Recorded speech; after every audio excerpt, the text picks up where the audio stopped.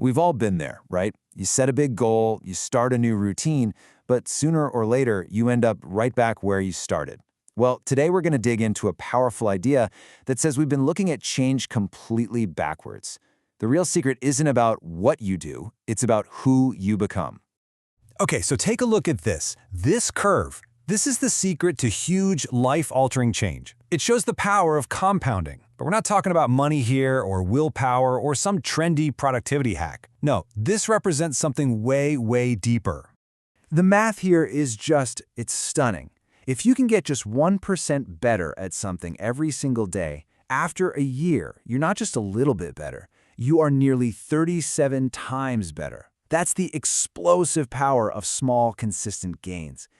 But how do you actually make those gains stick? And that leads us to the big question.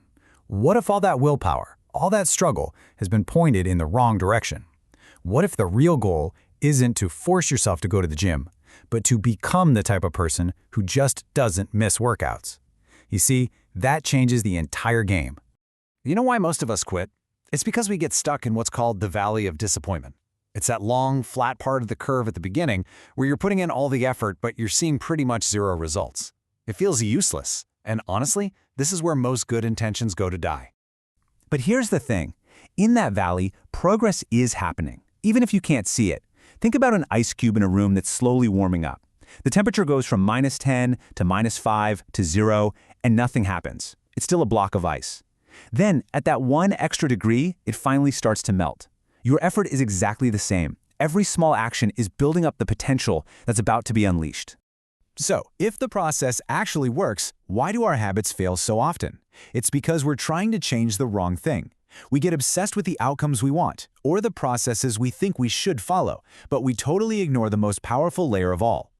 So all behavior change has 3 layers. At the very top, you've got outcomes. That's what you get, like losing weight. Below that, you've got your processes. That's what you do, your workout routine. But at the very core, the foundation of it all is your identity. That's what you believe about yourself. Most of us try to change from the outside in, but real, lasting change, it works from the inside out. It starts with your identity. This is the key. The goal isn't just to read a book, it's to become a reader. The goal isn't to run a marathon, it's to become a runner. Your habits right now are just mirroring the identity you already have. So if you want to change your habits for good, you first have to change what you believe about yourself. And this shows that massive shift in thinking. Someone focused on a goal says, I want to be healthy, which actually reinforces the idea that right now they aren't. But a person focused on identity starts with the belief, I am a healthy person. And suddenly, their actions aren't a struggle anymore. They're just a way of being who they already are. Okay, so how do you actually build a new identity? I mean, you can't just snap your fingers and decide you're different. You have to prove it to yourself. And you do that with this really powerful idea, casting votes. I really want you to let this sink in.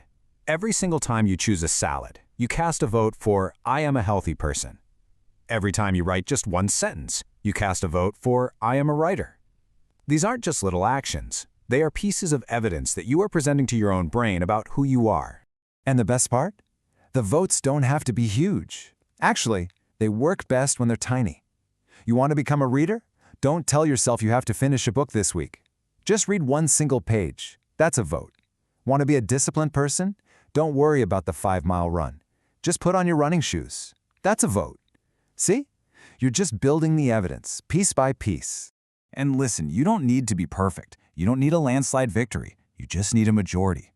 If you can cast more votes for this new person you want to become than for your old self, day after day, your brain starts to accept the new story. Your identity isn't fixed. It literally emerges from what you do. So, knowing all this is the why.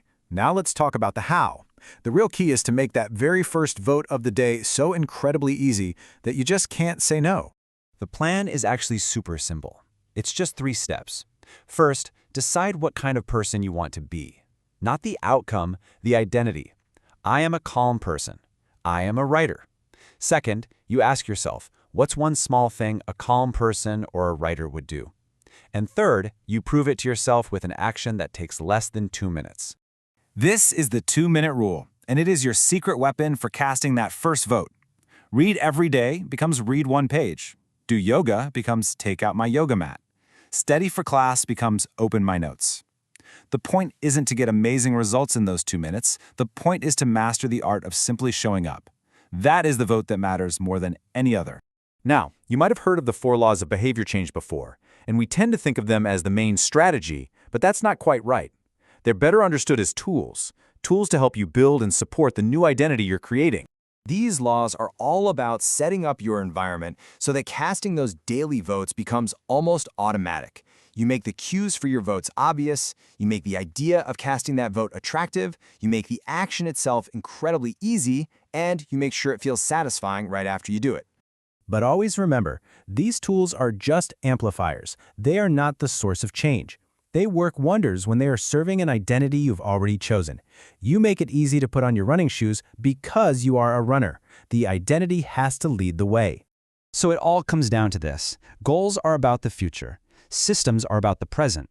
But your identity, that's about who you believe you are right now. So forget the big outcome for just a moment. Pick one identity you want to have, just one, and then ask yourself, what is one tiny 2-minute action I can take right now to cast a vote for that person? That's it. That's the beginning. Go cast your first vote.